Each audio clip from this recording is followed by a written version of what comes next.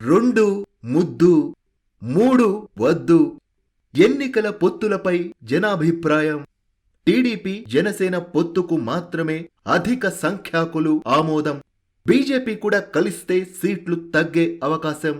ఒంటరి పోరు అయినా టీడీపీదే పై చేయి. బీజేపీతో బహిరంగ పొత్తుకు ఇష్టపడని YCP. Press and public pulse survey సంస్థ జనాభిప్రాయ సేకరణ. అదేంటో చూద్దాం. ఎన్నికలలో పొత్తులు రాజకీయ పార్టీల విజయావకాశాలను మెరుగుపరిచేందుకు దోహదపడతాయి.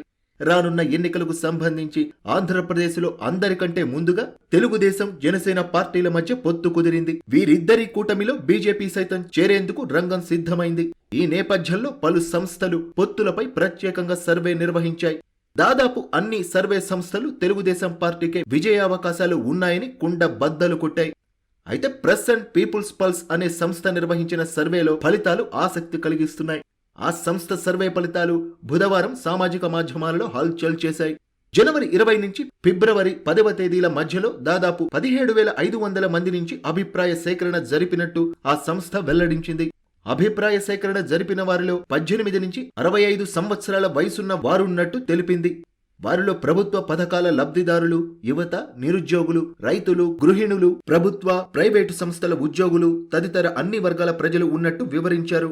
తొలుత పార్టీల వారీగా విడివిడిగా జరిపిన సర్వేలో వైసీపీకి 42%, టీడీపీకి 44%, జనసేనకు 9%, కాంగ్రెస్ కు 3%, బీజేపీకి 1%, ఇతరులకు 1% ఓట్లు లభించే అవకాశం ఉందని ఆ సంస్థ వెల్లడించింది. అదే విధంగా టీడీపీ, జనసేన, బీజేపీ పార్టీల మధ్య పొత్తును 42% మంది సమర్థిస్తుంటే 46% మంది వ్యతిరేకించడం విశేషం. 12% మంది తటస్థంగా ఉన్నారు.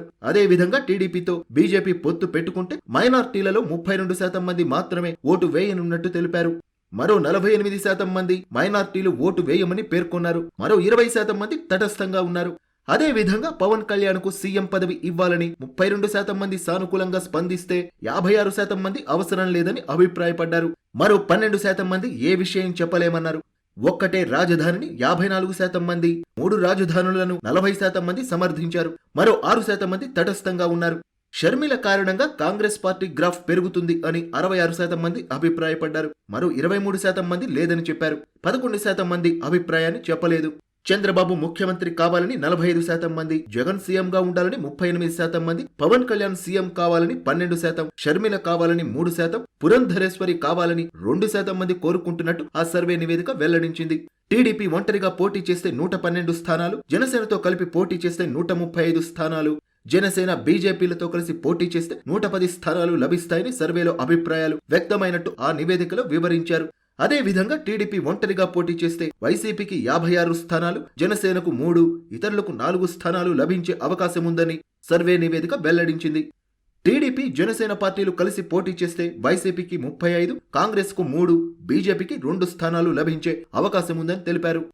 టీడీపీ, జనసేన, బీజేపీ పార్టీలు 3 కలిసి పోటీ చేస్తే వైసీపీకి అనూహ్యంగా 60 స్థానాలు, కాంగ్రెస్ కు 5 స్థానాలు లభించే అవకాశం ఉందంటూ పలువురి అభిప్రాయాలు వ్యక్తం అయినట్టు సర్వే సంస్థ పేర్కొంది.